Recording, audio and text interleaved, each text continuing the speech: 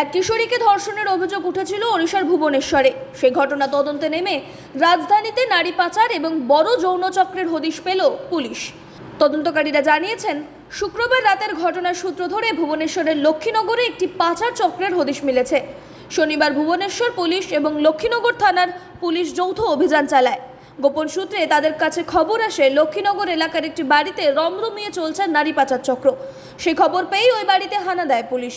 সেখান থেকে 3 মহিলাকে উদ্ধার করা হয়েছে। ইতিমধ্যেই পাচার চক্রের সঙ্গে জড়িত সন্দেহে 4 জনকে গ্রেফতার করা হয়েছে বলেই জানিয়েছে police.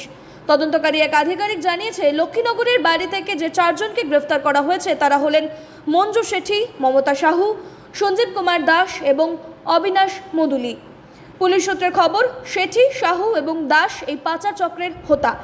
Police commissioner S Debdutta সিংহ জানিয়েছেন, যে হাসপাতালের সামনে কিশোরীকে আহত অবস্থায় ফেলে দেওয়া হয়েছিল সেখানকার সিসিটিভি ফুটেজ খতিয়ে দেখে এক ব্যক্তিকে চিহ্নিত করা হয়। সেই সূত্র ধরেই লক্ষ্মীনগরে একটি বাড়ির হদিশ মিলেছিল। সেখান থেকেই নারী পাচার এবং যৌন চক্র চালানো হচ্ছিল।